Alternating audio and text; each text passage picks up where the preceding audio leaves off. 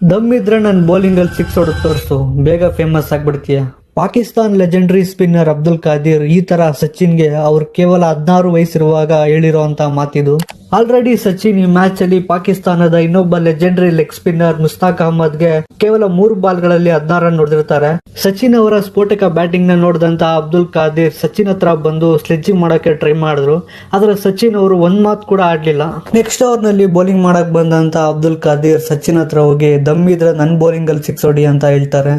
ಸಚಿನ್ ಅವರ first ball ಅಲ್ಲೇ step out ಆಗಿ ಒಂದು ಸಿಕ್ಸ್ ಹೊಡಿತಾರೆ. ನೆಕ್ಸ್ಟ್ ಬಾಲ್ ಅಲ್ಲಿ ಕೂಡ ಸಿಕ್ಸ್ ಹೊಡಿತಾರೆ. ಬ್ಯಾಕ್ ಟು ಬ್ಯಾಕ್ ಸಿಕ್ಸ್ ಹೊಡಿತಾರೆ. ಇದೇ ಓವರ್ ನಲ್ಲಿ ಸಚಿನ್ ತೆಂಡೂಲ್ಕರ್ 3 ಸಿಕ್ಸ್ ಹೊಡಿತಾರೆ. ಲಾಸ್ಟ್ ಬಾಲ್ ಅಲ್ಲಿ ಒಂದು ಅದ್ಭುತವಾದ ಬೌಂಡ್ರಿ ಹೊಡೆದು ಕೇವಲ 6 ಬಾಲ್ಗಳಲ್ಲಿ 28 ರನ್ ಹೊಡಿತಾರೆ. ಸೊ ಅಬ್ದುಲ್ ಕಾದಿರ್ ಅವರಿಗೆ ಅವರ ಬ್ಯಾಟ್ ಮುಖಾಂತರ ಸಚಿನ್ ಉತ್ತರ ಕೊಡ್ತಾರೆ. ಸಚಿನ್ ಅವತ್ತು ಆಡದಂತ ಇನ್ನಿಂಗ್ ಸಚಿನ್ ತೆಂಡೂಲ್ಕರ್ ಮುಂದೆ ಹೇಗೆ ಇಡೀ ವರ್ಲ್ಡ್ ಕ್ರಿಕೆಟ್ ನ ರೂಲ್ ಮಾಡ್ತಾರೆ ಅನ್ನೋದರ ಒಂದು ಜಸ್ಟ್ ಟ್ರಯಲ್ ಆಗಿತ್ತು. ಸಚಿನ್ ತೆಂಡೂಲ್ಕರ್ ಬ್ಯಾಟಿಂಗ್ ನೋಡಿದಂತ ಅಬ್ದುಲ್ ಕಾದಿರ್ ಲಾಸ್ಟ್ ಅಲ್ಲಿ ಈ ಚಿಕ್ಕ ಹುಡುಗ ಕ್ರಿಕೆಟ್ ನ ಲೆಜೆಂಡ್ ಆಗ್ತಾರೆ ಅಂತ ಹೇಳಿದ್ರು.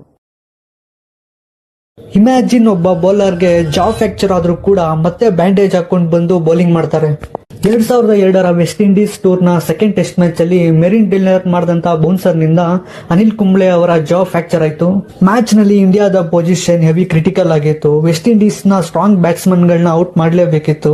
ಇದೇ ಟೈಮ್ ಅಲ್ಲಿ ಇಂಜರ್ಡ್ ಆದಂತಹ ಅನಿಲ್ ಕುಂಬ್ಳೆ ಬ್ಯಾಂಡೇಜ್ ಹಾಕೊಂಡು ಮತ್ತೆ ಕ್ರಿಕೆಟ್ ಫೀಲ್ಡ್ ಗೆ ಇಳಿದು ಸತತವಾಗಿ 14 ಓವರ್ಸ್ ನ ಹಾಕಿ ದಿ ಗ್ರೇಟೆಸ್ಟ್ ಬ್ಯಾಟ್ಸ್ಮನ್ ಆದಂತಹ ಬ್ರಿಯನ್ ಲಾರಾನ ಔಟ್ ಮಾಡ್ತಾರೆ. ಇಡೀ ಕ್ರಿಕೆಟ್ ಹಿಸ್ಟ್ರಿಯಲ್ಲಿ ಇದೊಂಥರ ಅನ್ಫರ್ಗೆಟಬಲ್ ಮೂಮೆಂಟ್ ಆಯ್ತು. ಕುಂಬ್ಳೆ ಅವರ ಡೆಡಿಕೇಶನ್ ಹಾಗೂ ಮೈಂಡ್ ಸೆಟ್ ಎಲ್ರಿಗೂ ಇನ್ಸ್ಪೈರ್ ಆಯ್ತು.